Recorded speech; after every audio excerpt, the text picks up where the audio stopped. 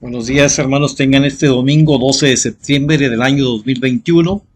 Continuamos con las sesiones de escuela dominical. En este domingo veremos el tema modelo bíblico de gobierno eclesiástico. Como se ha comentado o como hemos venido comentando en la Biblia, no existen reglas o no existen sentencias muy precisas de cómo se debe de gobernar la iglesia. Pero sí hay principios bíblicos de los cuales podemos encontrar el modelo bíblico de gobierno eclesiástico. La tarea principal de la iglesia es la de predicar y enseñar la palabra de Dios. El gobierno o la organización tiene que estar en función de la proclamación de la palabra.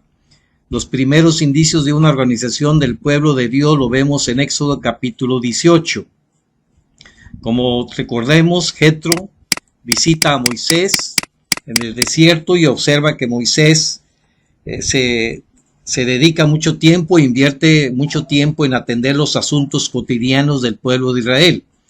Entonces Jetro le hace una sugerencia de que busque personas piadosas y con sabiduría que sean jefes de un determinado número de personas y que ellos atiendan los asuntos cotidianos. Si hubiera asuntos complejos o difíciles de resolver, entonces estos líderes llevarían estos asuntos a Moisés para que Moisés los pudiera resolver. Este capítulo, el 18, no solo hace resaltar la incapacidad de Moisés para realizar el trabajo de forma individual, sino que este siervo de Dios tenía una tarea especial, la de enseñar las ordenanzas y leyes y mostrar el camino por donde debe andarse. La tarea principal de Moisés era la de enseñar las sentencias y estatutos y leyes de Dios y mostrar el sendero, el camino por donde los hijos de Israel deberían caminar. El pasaje de Hechos 6 coloca nuevamente el énfasis en la tarea primordial de la iglesia, la predicación de la palabra de Dios o la predicación del evangelio del Señor Jesucristo. Leemos en Hechos 6: en aquellos días, como creciera el número de los discípulos, hubo murmuración de los griegos contra los hebreos, de que las viudas de aquellos eran desatendidas en la distribución diaria. Entonces los 12 convocaron a la multitud de los discípulos y dijeron: no es justo que nosotros dejemos la palabra de Dios para servir a las mesas. Buscad pues, hermanos, de entre vosotros a 7 varones de buen testimonio, llenos del Espíritu Santo y de sabiduría, a quienes encarguemos de este trabajo. Versículo 2: no es justo que nosotros dejemos la palabra de Dios para servir a las mesas. La tarea principal de la iglesia primitiva, la tarea primordial de la iglesia primitiva era enseñar y predicar la palabra de Dios, un principio bíblico de gobernación o de gobierno de la iglesia. Otro fundamento bíblico del modelo es el hecho de que Cristo es el Rey y dueño de la iglesia. La iglesia no debe tener un gobierno democrático. Cristo es el dueño de la iglesia, Cristo es la cabeza de su cuerpo, que es la iglesia, y las decisiones de la iglesia deben estar basadas en lo que que Jesucristo nos dejó escrito en la palabra de Dios. Asuntos cruciales o muy determinantes, como estamos viendo hoy, no deben ser puestos en decisión para que la iglesia los pueda determinar. Por ejemplo, el aborto o el casamiento entre personas del mismo sexo son hechos o acciones que están claramente definidos en la palabra de Dios. Por lo tanto, no se requiere de que los fieles de la iglesia determinen o digan qué acciones son correctas o incorrectas sobre esos asuntos, porque eso ya está claramente definido en la palabra de Dios. El nombre de gobierno que se ha dado al modelo bíblico que estamos encontrando con estos principios es denominado sistema presbiteriano, que es el modelo que la iglesia presbiteriana lleva a cabo. El nombre viene de la palabra griega presbíteros, que significa anciano, maduro o representante. Tanto en el Nuevo como en el Antiguo Testamento, el presbíteros era un oficial que cumplía con su oficio. Entonces, el modelo bíblico es el gobierno por ancianos. El sistema se llama sistema presbiteriano porque el gobierno se ejerce por los presbíteros. Es un sistema efectuado por representación. Los principios ya están en el Antiguo Testamento y Nuevo Testamento. Dios gobierna a su iglesia por medio de los ancianos y exige de ellos un especial cumplimiento y responsabilidad. La autoridad que ejerce no es de ellos, sino siempre de Cristo. Un anciano no tiene autoridad propia, sino solamente va a tomar decisiones o va a ejercer acciones basadas en la palabra de Dios. Vamos a ver algunos pasajes que sustentan este sistema de gobierno que hemos estado comentando. Dice Éxodo 3, capítulo versículo 15 y 16. Además dijo Dios a Moisés, así dirás a los hijos de Israel: Jehová, el Dios de vuestros padres, el Dios de Abraham, Dios de Isaac y Dios de Jacob, me ha enviado a vosotros. Este es mi nombre para siempre, con él se me recordará por todos los siglos. Ve y reúne a los ancianos de Israel y diles: Jehová, el Dios de vuestros padres, el Dios de Abraham, de Isaac y de Jacob, me apareció diciendo: en verdad os he visitado y he visto lo que se os hace en Egipto. Éxodo 24. Dijo Jehová a Moisés: sube ante Jehová tú y Aarón, Nadab y Abiú y 70 de los ancianos de Israel, y os inclinaréis desde lejos. Y subieron Moisés y Aarón, Nadab y Abiú y 70 de los ancianos de Israel. Y dijo a los ancianos: esperadnos aquí hasta que volvamos a vosotros, y aquí Aarón y Hur están con vosotros, el que tuviera asuntos acuda de ellos. Vemos en estos pasajes que los ancianos eran los representantes del pueblo de Israel y los que tomaban las decisiones de acuerdo a los estatutos y palabra de Dios. También en el Nuevo Testamento el apóstol Pedro nos escribe acerca del gobierno de la iglesia primitiva. Dice en Primera de Pedro capítulo 5: ruego a los ancianos que están entre vosotros, yo anciano también con ellos, y testigo de los padecimientos de Cristo, que soy también participante de la gloria que será revelada.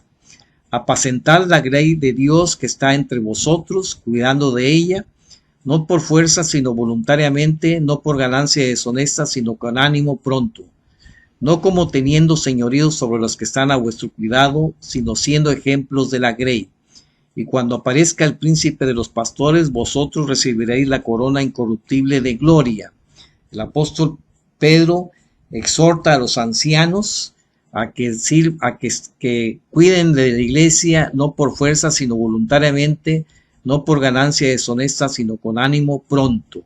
Así es que el apóstol Pedro nos afirma que la iglesia primitiva era gobernada por ancianos. En este caso, la palabra ancianos no significa una persona de mucha edad, sino una persona con cierta sabiduría, con cierta inteligencia en el conocimiento de la palabra de Dios.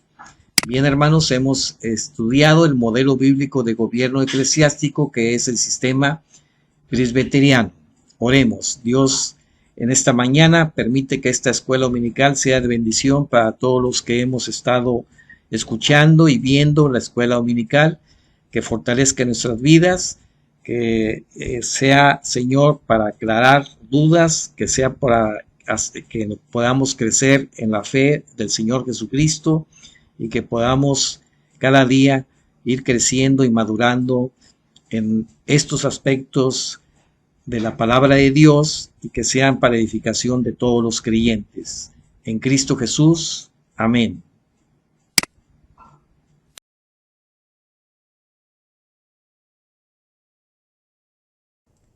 Hermanos, Dios les bendiga esta mañana. Damos gracias a Dios porque podemos juntos adorar el nombre de nuestro Dios, exaltar su nombre. Y en esta mañana poder decirle a nuestro Dios gracias por la libertad que nos ha dado en Cristo Jesús. Como mexicanos estamos celebrando este mes de septiembre, el mes de la patria. Y este culto también vamos a darle gloria y honra a Dios por lo que Él hizo con estos héroes, con estas personas que Él usó para la independencia de México. Y gracias a Cristo por la libertad que nos ha dado a través de su muerte en la cruz. Vamos a iniciar, hermanos, nuestro culto de adoración. Y vamos a hacerlo con el llamado a la adoración. que dice así: Tuyos son, Señor, la grandeza y el poder, la gloria, la victoria y la majestad. Tuyo es todo cuanto hay en el cielo y en la tierra. Tuyo es el reino y tú estás por encima de todo. Buenos días, hermanos, oremos. Padre nuestro, dueño y Señor de todo lo que existe, recibe este culto y alabanzas que han sido preparadas para ti, con el objeto de darte toda la honra, gloria y alabanza que nuestra amada Iglesia, con todo conocimiento, brinda a tu excelsa posición como el único Rey y Soberano universal, con el objeto de mantenernos unidos a ti en todas las áreas de nuestras vidas. Gracias por todo lo que nos permites vivir y lo que no también. Gracias por todas las misericordias derramadas. Te alabamos y bendecimos hoy y siempre. En el nombre de Cristo Jesús. Amén. Entonemos con gozo el himno número 5. Gloria, gloria, aleluya.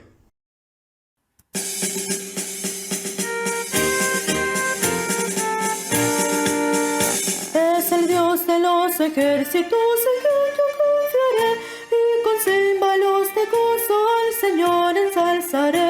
Él despide los relámpagos, mas nunca temeré. Él es mi protector. Gloria, gloria, aleluya.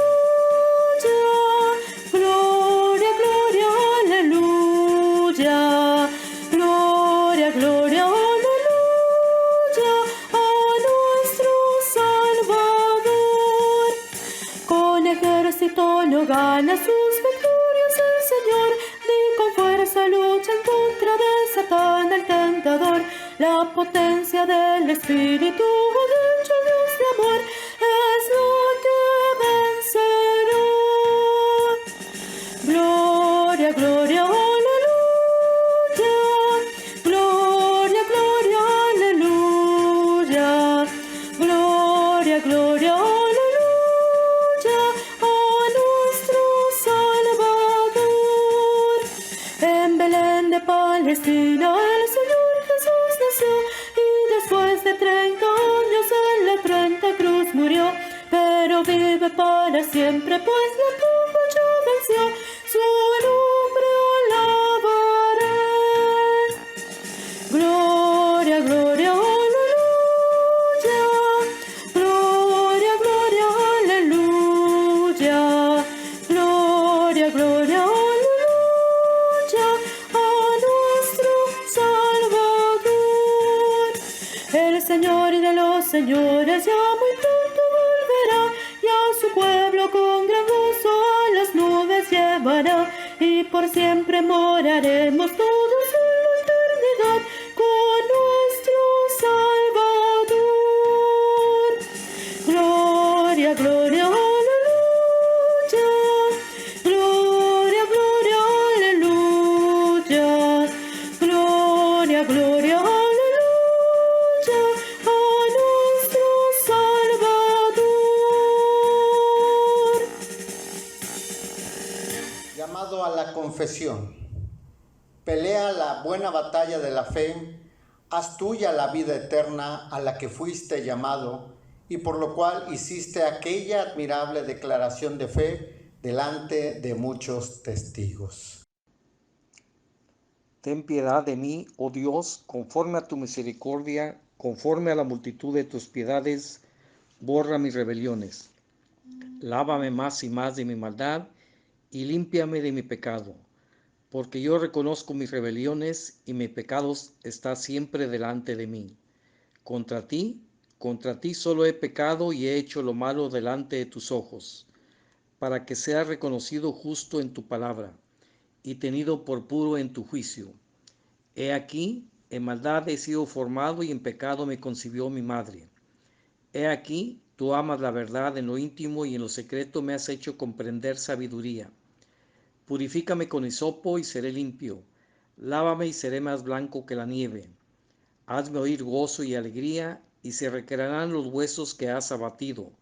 esconde tu rostro de mis pecados y borra todas mis maldades. Crea en mí, oh Dios, un corazón limpio y renueva un espíritu recto dentro de mí. En esta mañana, Señor, somos conscientes de que nuestros cuerpos, nuestras mentes, todo nuestro ser es débil ante cualquier circunstancia y de manera consciente e inconsciente cometemos pecado contra ti, cometemos iniquidades, pero tú eres un Dios justo y misericordioso que se conmueve de sus hijos, que se acuerda de que somos polvo y por eso, Señor, con esa conciencia de que tú nos escucharás y conscientes de que estás escuchando nuestra súplica y oración, te rogamos que perdones nuestros pecados a través de tu Hijo Jesucristo que murió en la cruz del Calvario y que derramó su sangre para perdonarnos de toda maldad y de todo pecado y hacernos para siempre perfectos delante de tu presencia. Sabemos y entendemos, Señor, que tú perdonarás nuestros pecados, porque tu palabra dice que a cada momento podemos ir ante tu presencia a través de tu Hijo Jesucristo para que sanes nuestra alma, para que limpies nuestro corazón y perdones nuestros pecados en el momento que vayamos a ti. Te damos gracias, Señor, por tener esta bendición. Te damos gracias, Señor, porque tú escuchas nuestras súplicas y nuestros ruegos cuando vamos a tu presencia. Gracias, Señor, por ser un Dios misericordioso y por perdonar nuestros pecados. En el nombre de tu Hijo amado, Jesucristo, te lo decimos y te lo rogamos. Amén. Seguridad del perdón. Estad, pues, firmes en la libertad con que Cristo nos hizo libres y no estéis otra vez sujetos al yugo de esclavitud. Himno, ¿qué me puede dar perdón?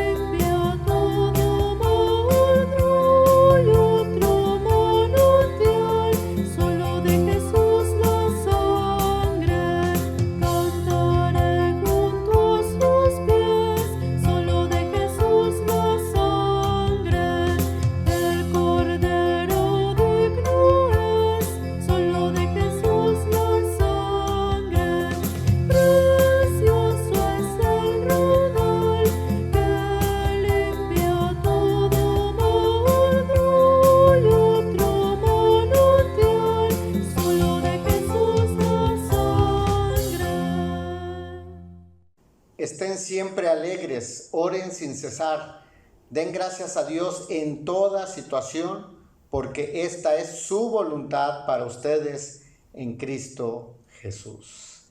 Hermanos, compartamos ahí en familia nuestras gratitudes.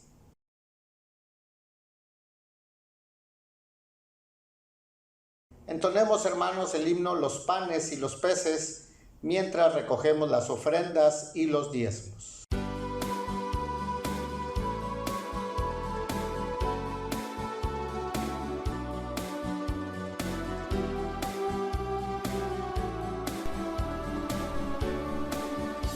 Un niño le dio el Señor sus panes y sus peces. El Señor los multiplicó y a multitud alimentó.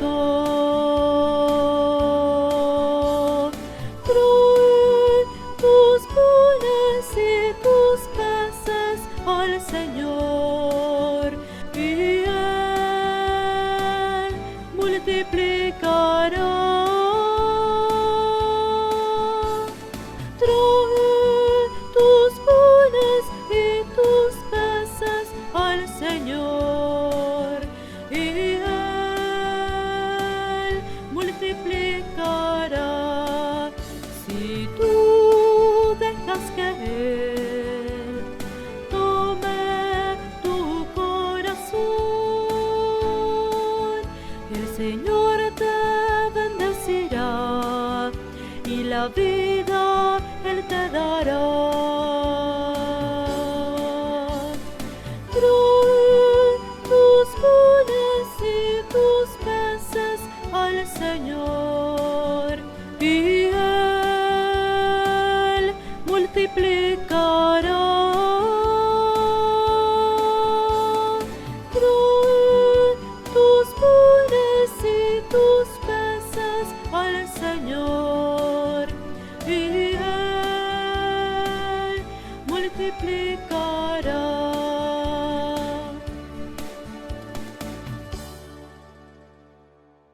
Gocémonos, hermanos, en la alabanza a nuestro Dios, entonando el himno Hay poder en Jesús, te doy gloria y en aquella cruz.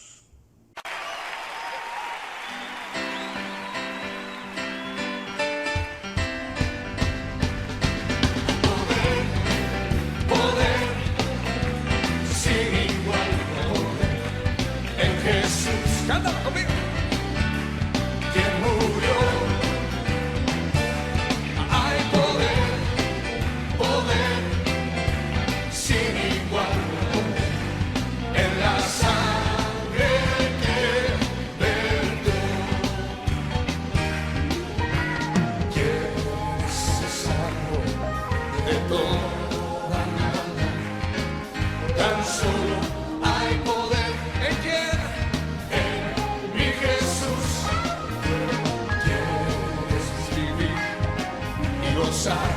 Santidad, tan solo hay poder en Jesús. Dilo fuerte. Hay poder, poder sin igual, poder en Jesús, a quien murió. Hay poder, poder sin igual, poder en la sangre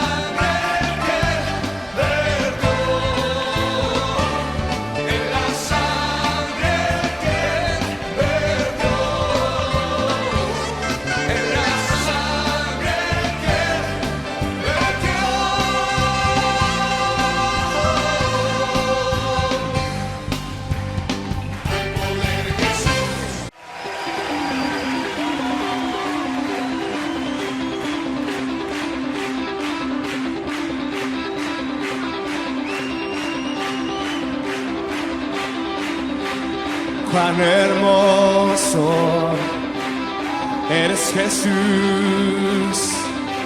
Son tus palabras, es tu amor, cuán glorioso eres, Jesús.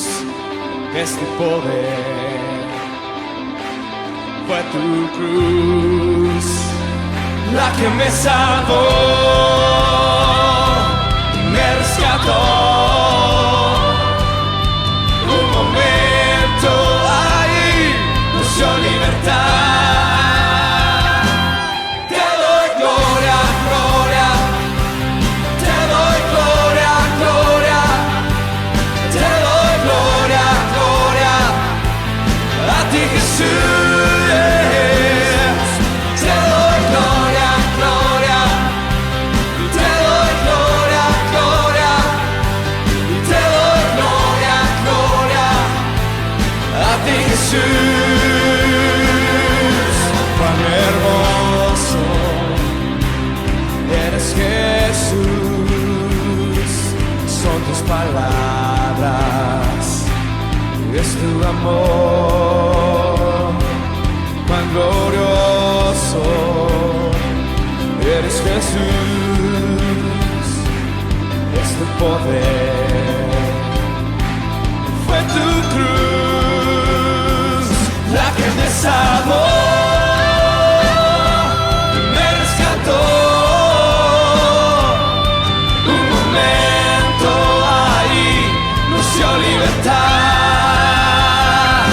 Y te doy gloria, gloria, y te doy gloria, gloria, y te doy gloria, gloria a ti, Jesús. Te doy gloria, gloria, te doy gloria, gloria, te doy gloria, gloria a ti, Jesús. Con una corona de espinos, te hiciste rey por siempre.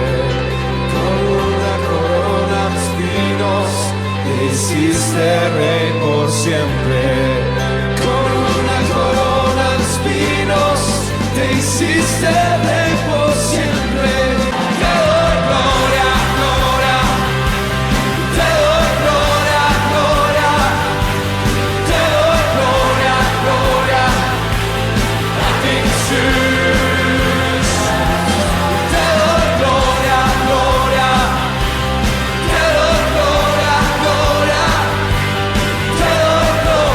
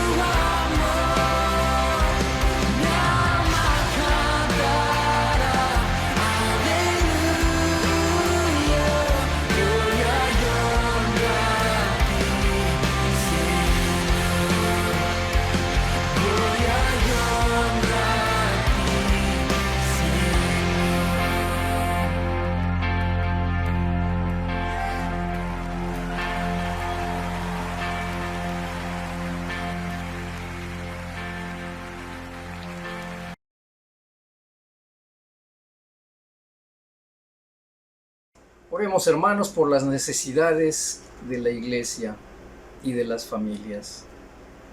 Señor, te damos muchas gracias porque podemos estar delante de ti nuevamente y porque podemos venir, Señor, con toda certeza y seguridad de que tú nos escuchas, porque tú eres bueno, Señor, y porque nos has concedido este vínculo perfecto contigo, unidos a Cristo y dirigidos por tu Espíritu Santo.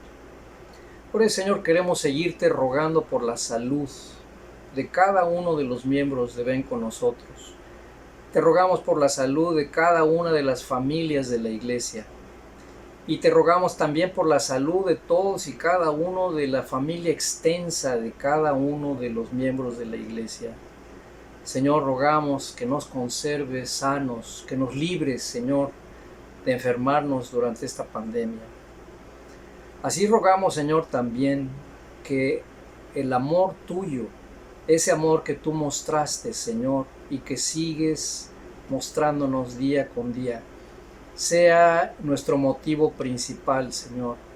Que sea la forma en la que nos relacionemos, que nuestros actos, palabras, pensamientos sean dirigidos por ese amor, el amor que tú mostraste en la cruz, Señor, el amor que tú confirmaste con tu resurrección y el amor que nos continúas proveyendo, Señor, sentado a la diestra del Padre. Señor, rogamos también por la unidad en la familia, por la unidad en el trabajo, por la unidad en la iglesia, porque mantengamos esos lazos firmes, Señor, confiando siempre en ti. Confesamos nuestra necesidad, Señor, de estar siempre buscando tu voluntad, Señor, y por eso también te rogamos que la comunión con Cristo sea nuestro primer motivo. Señor, que nuestra reunión personal con nuestro Señor y Salvador sea el motivo inicial de cada día y que alrededor de esa comunión giren todas las demás necesidades y todas las demás cosas. Señor, gracias porque escuchamos tu palabra que nos dice que solamente tú puedes darnos la paz. En ti esperamos, en el nombre de Cristo nuestro Señor. Amén. Tengamos la lectura bíblica, hermanos, que la tendremos en 4 versículos: Proverbios 16:1, 19:6, 19:21 y Eclesiastés 9:1. Proverbios 16:1. Del hombre son las disposiciones del corazón, mas de Jehová es la respuesta de la lengua. Proverbios 19:6. Muchos buscan el favor del generoso y cada uno es amigo del hombre que da. Proverbios 19:21. Muchos pensamientos hay en el corazón del hombre, mas el consejo de Jehová permanecerá. Eclesiastés 9:1. Ciertamente he dado mi corazón a todas estas cosas para declarar todo esto, que los justos y los sabios y sus obras están en la mano de Dios, que sea amor o que sea odio, no lo saben los hombres, todo está delante de ellos. Amén. Escuchemos, hermanos, el mensaje La Independencia, un enfoque reformado, y está a cargo de nuestro hermano anciano de iglesia, Alonso Echegoyen Guzmán. Bueno, mis amados hermanos, el título de esta predicación es La Independencia, un enfoque reformado. Queremos empezar diciendo que entre nosotros, todo lo que creemos, lo que profesamos, lo que vivimos, lo que compartimos, todo tiene un propósito y todo tiene un origen. Y entre el origen y el propósito hay una unidad que le da coherencia, congruencia.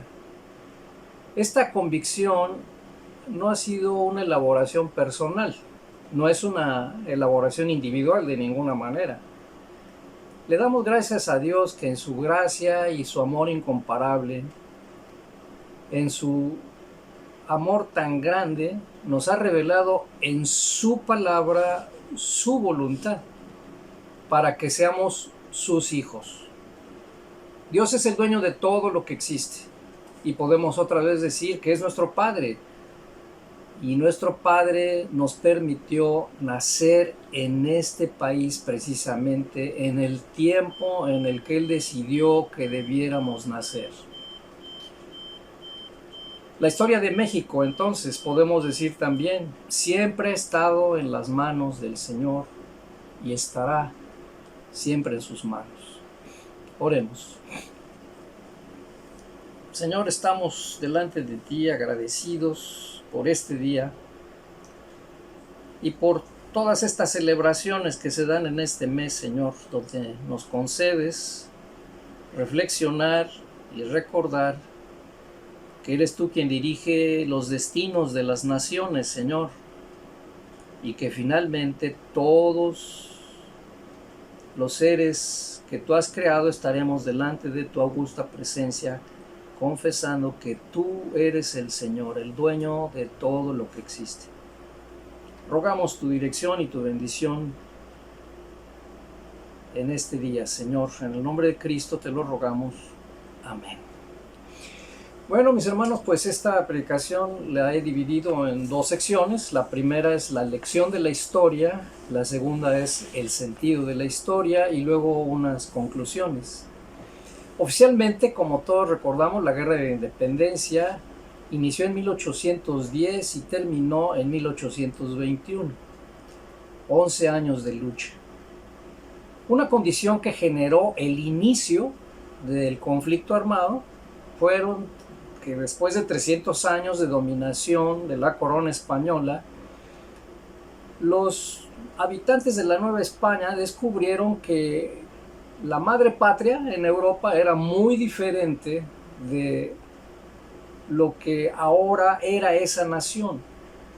Y también era muy diferente de los reinos indígenas que fueron conquistados. El desarrollo de la arquitectura, de la literatura, de la economía, en general de toda la cultura, hicieron de la Nueva España el virreinato más codiciable y más preciado de la corona española. Todo ese entorno cultural despertó un nacionalismo profundo en los criollos, es decir, los españoles nacidos en México. Y simultáneamente el nombre de México empezó a aparecer cada vez más frecuentemente en el plano internacional, gracias a un grupo de intelectuales que enfatizaron precisamente la necesidad de esa conciencia nacional, de esa identidad cultural común que ahora era diferente de la que existía en Europa. Autores como Francisco Javier Clavijero dieron a conocer en el exterior sus obras. Clavijero, junto con otros sacerdotes jesuitas, finalmente fueron expulsados de la Nueva España por los Borbones. Se ha calculado que en aquellos días el país tenía unos 6 millones de habitantes. La mayoría eran mestizos e indígenas. Aproximadamente unos 800,000, cerca del millón, eran criollos y solamente había 200 españoles peninsulares. La minoría estaba gobernando a la mayoría. Esta contienda de identidad finalmente condicionó una separación que se hizo cada vez más grande entre criollos y españoles. En el año de 1803, Miguel Hidalgo Costilla fue ordenado sacerdote y se hizo cargo de la parroquia de Dolores en Guanajuato.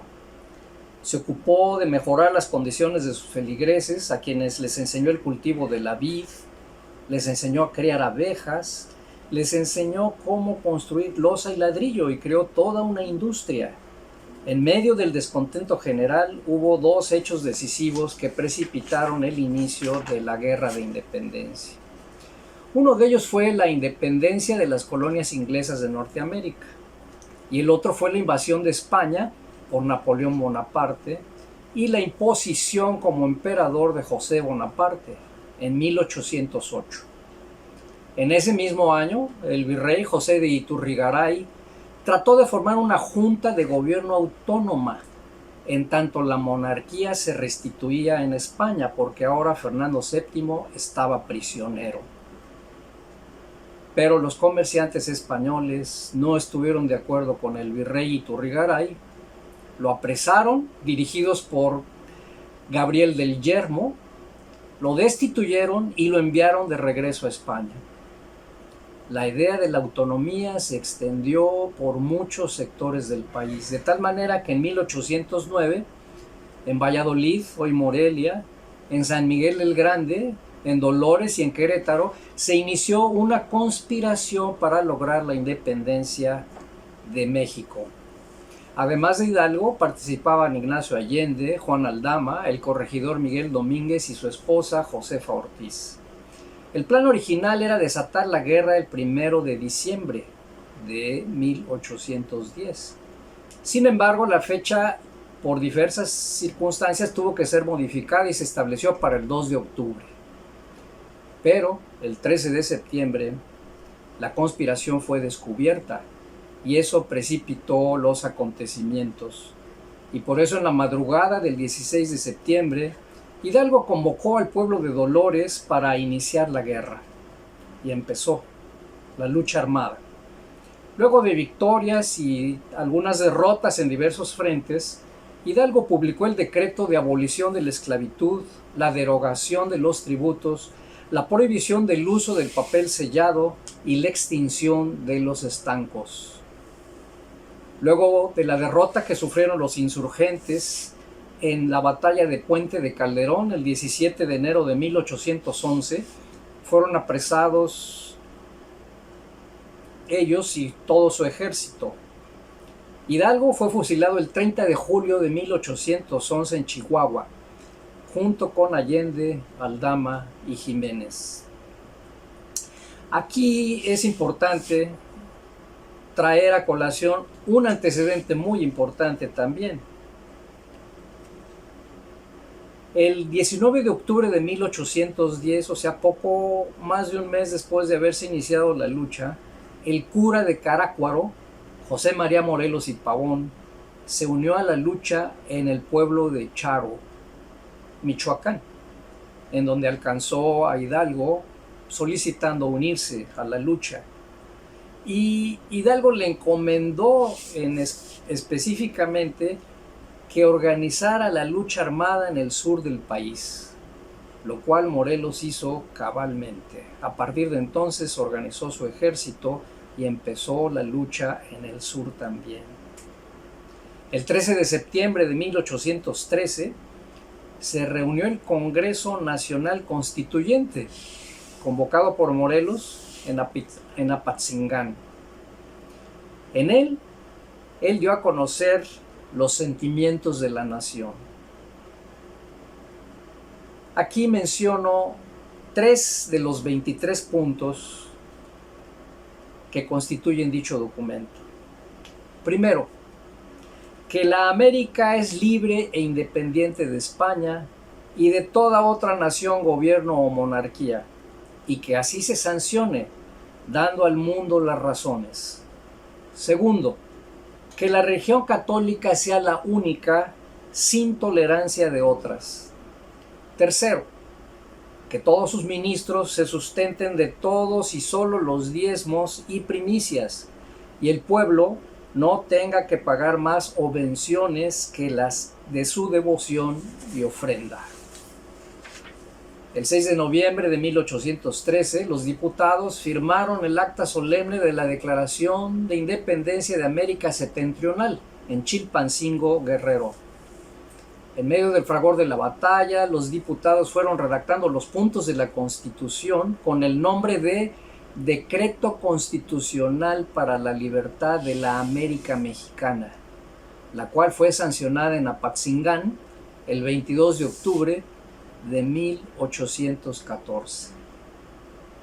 El documento estuvo inspirado en la Declaración de los Derechos del Ciudadano de 1789 y parcialmente en la Constitución de Cádiz de 1812. La lucha continuó hasta que finalmente, bajo la dirección de Agustín de Iturbide, concluyó en el año de 1821. Pasemos ahora a analizar el sentido de la historia. Dios ha provisto a nuestra generación de un país libre e independiente desde hace 200 años. En cierto sentido, somos una nación realmente joven, igual que las demás naciones americanas. Como decíamos al principio, todo tiene un propósito, todo tiene un sentido. Y hay siempre una unidad que les da congruencia. Dios todo lo provee para nuestro bien. Dios todo lo tiene previsto. Él no ha cambiado. Él es el creador de todo lo que vemos y de lo que no podemos ver. Una de las opiniones de los profesionales estudiosos de la historia de México asegura que en su momento Hidalgo y los insurgentes no tuvieron probablemente una comprensión amplia de la magnitud del movimiento que estaban iniciando. Esta evidencia escrita de que poco antes de su ejecución en Chihuahua, una vez que ya había sido despojado de sus prebendas sacerdotales, la Santa Inquisición abrió en su contra el proceso que había iniciado en 1800 y que había cerrado en 1803. Hidalgo refutó exitosamente los 12 cargos en su contra y sin embargo dijo poco antes de morir: detesto y retracto las ideas que he profesado. Tengo ya confesado haber sido ellas contrarias a la moral de Jesucristo. Lo que lloro con amargura y espero que me ayude la bondad de su señoría es a pedir misericordia. Seguramente que los datos históricos seguirán apareciendo y aclarando las cosas, pero también es factible que ocasionen controversia. Nosotros estamos convencidos que la guerra de independencia debe ser colocada en el contexto más amplio posible, atendiendo no solo a los aspectos literarios, históricos, jurídicos, económicos, éticos y sociales, de tiempo y de espacio, y también físicos y biológicos. La palabra escrita del Señor nos da una dirección precisa para la comprensión y el estudio del sentido de la historia, en este caso de la Guerra de Independencia. Veamos 3 citas bíblicas con el objeto de ubicar en el contexto amplio la Guerra de Independencia de México. Los planes son del hombre, la palabra final la tiene el Señor. Proverbios 16:1. Al hombre le toca hacer planes y al Señor dirigir sus pasos. Proverbios 16:9. El hombre hace muchos planes, pero solo se realiza el propósito divino. Proverbios 19:21. En estas 3 citas resulta evidente que la participación del hombre en su existencia temporal, cualquiera que sea el área de la vida que esté involucrada, siempre implica ineludiblemente la presencia y la voluntad de Dios. Esto nos recuerda el tan llevado y traído concepto teológico de libre albedrío. Las respuestas a preguntas tales como ¿cuáles son mis límites? ¿Hasta dónde puedo llegar? ¿Cómo afectarán mis decisiones a los que me rodean? Son preguntas que son siempre motivo de un juicioso análisis. Estas citas nos permiten además traer a colación cuáles son nuestros conceptos acerca del Dios en que creemos y meditar en forma práctica y directa respecto de nuestros pensamientos, sentimientos y acciones. Somos responsables de todo lo que Él ha puesto en nuestras manos y de todo lo que Él ha puesto a nuestro alcance. Bien vale la pena profundizar en la historia de la independencia de México, tratar de comprender su origen, su propósito y la unidad que explica congruentemente ambos extremos. Vale la pena hacer el esfuerzo por tratar de comprender qué había en la mente y el corazón de los insurgentes, qué había en la mente y el corazón de los realistas, de los españoles, con los recursos que tenemos disponibles. En cierto sentido, tanto nosotros como nuestro entorno cultural son un resultado tardío de la Guerra de Independencia de 1810. Pensando en un sentido conclusivo, para ir cerrando estas ideas, cito al autor de Eclesiastés: a todo esto me he entregado de lleno, tan solo para descubrir que las obras de buenos y de sabios están en las manos de Dios. Nada sabe el hombre del amor ni del odio, aun cuando los tenga ante sus ojos. Eclesiastés 9:1. ¿Qué podemos concluir? La correcta interpretación de la historia, tanto personal como colectiva, tanto regional como nacional, debe tener como referente último la palabra escrita de Dios. ¿Por qué? Porque su palabra nos la ha dejado como guía, porque Él se revela allí como el director, como el dueño de la historia, no solo de México, no solo de esta época. Él es quien dirige todas las naciones. No es posible ni es recomendable otorgarles un carácter absoluto a los personajes o a los eventos históricos. Es importante que la historia sea ubicada en relación precisa con todos los demás componentes de la existencia humana y de la realidad en la que el hombre habita. Ciertamente que la independencia es un motivo digno de celebración, no solo por compromiso o por calendarización o por rutina, sino meditando lo más amplio y profundamente en ello, por lo menos una vez al año, el mes de la patria. No está de más mencionar que aceptamos a Hidalgo como el padre de la patria, a Morelos como el siervo de la nación, y junto con ellos a Allende, a Aldama y a Jiménez como los héroes que nos dieron patria y libertad. No hay duda que todos ellos respondieron a las condiciones que les tocó vivir y fueron valerosos para afrontar los hechos, las consecuencias y los resultados, aunque es muy probable que no pudieron comprenderlo todo. Dice la Escritura: más vale ser paciente que valiente, más vale vencerse uno mismo que conquistar ciudades. Proverbios 16:32. Recordemos, mis amados hermanos, que lo imperfecto también puede ser incongruente. Parte de nuestros esfuerzos cotidianos son comprendidos o los comprendemos nosotros mismos porque a pesar de nuestra imperfección nos esforzamos por ser congruentes, tanto al interior de nosotros mismos como con nuestro prójimo y nuestro entorno. Desde luego que solo Dios conoce totalmente nuestra congruencia y nuestra imperfección. De ahí nuestra responsabilidad como hijos de Dios. De ahí nuestra responsabilidad como discípulos de Jesucristo. De ahí nuestro gozoso servicio a quien todo lo sabe y todo lo puede. De ahí nuestra necesaria y nuestra voluntaria sujeción al Espíritu Santo. Relacionado con todo este asunto, finalmente, hay un principio general con el que quisiera terminar esta predicación. ¿Por qué se alborotan los pueblos paganos? ¿Por qué hacen planes sin sentido?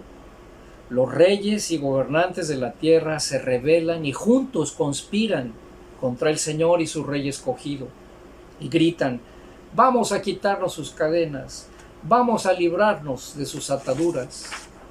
El Señor, que reina en el cielo, se ríe de ellos. Luego, enojado, los asusta.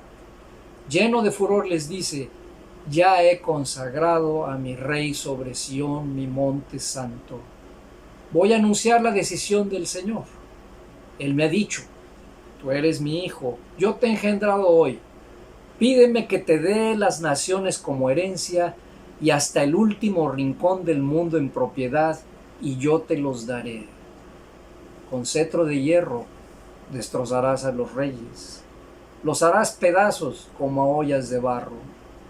Reyes y gobernantes de la tierra, entiendan esto, aprendan bien esta lección, adoren al Señor con alegría y reverencia, inclínense ante Él con temblor, no sea que se enoje y ustedes mueran en el camino, pues su furor se enciende fácilmente. Felices los que buscan protección en Él. Salmo 2. Oremos, hermanos. Señor, bendecimos tu nombre y te damos las gracias porque en la cortedad y limitación de la comprensión que tenemos, Señor, podemos darte otra vez gracias porque nos concediste nacer en este país.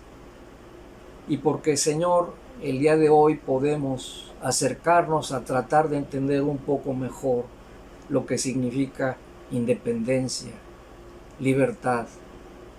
Concédenos, Señor, te rogamos, a cada familia, a cada iglesia, no solo aquí en Victoria y en Tamaulipas, sino en todo el país, que juntos podamos, Señor, comprender el origen, el propósito y la unidad que tú le has dado a la historia. Y gracias, Señor, porque podemos reunirnos para seguir recibiendo tu bendición. En el nombre de Cristo te lo rogamos. Amén. 2. Y que viva México. El sacrificial de nuestro Señor Jesucristo, el inmenso amor perdonador del Padre y la comunión consoladora del Espíritu Santo sean con ustedes, con sus familias, con todo el pueblo de Dios, el pueblo del pacto, ahora y siempre. Amén.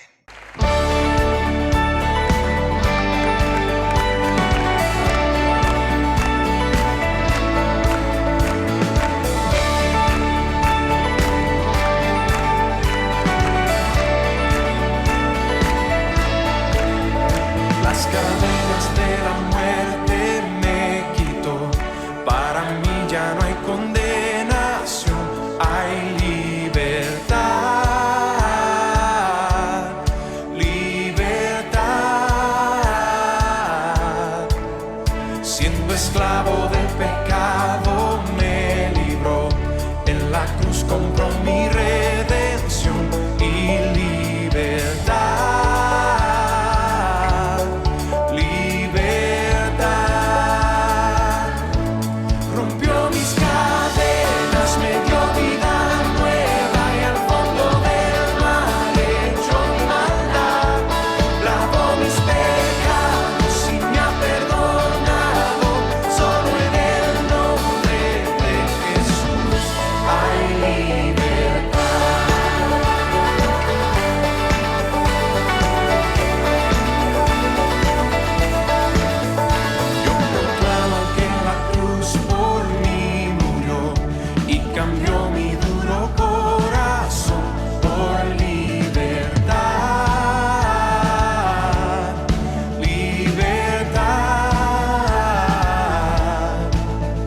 El poder de su evangelio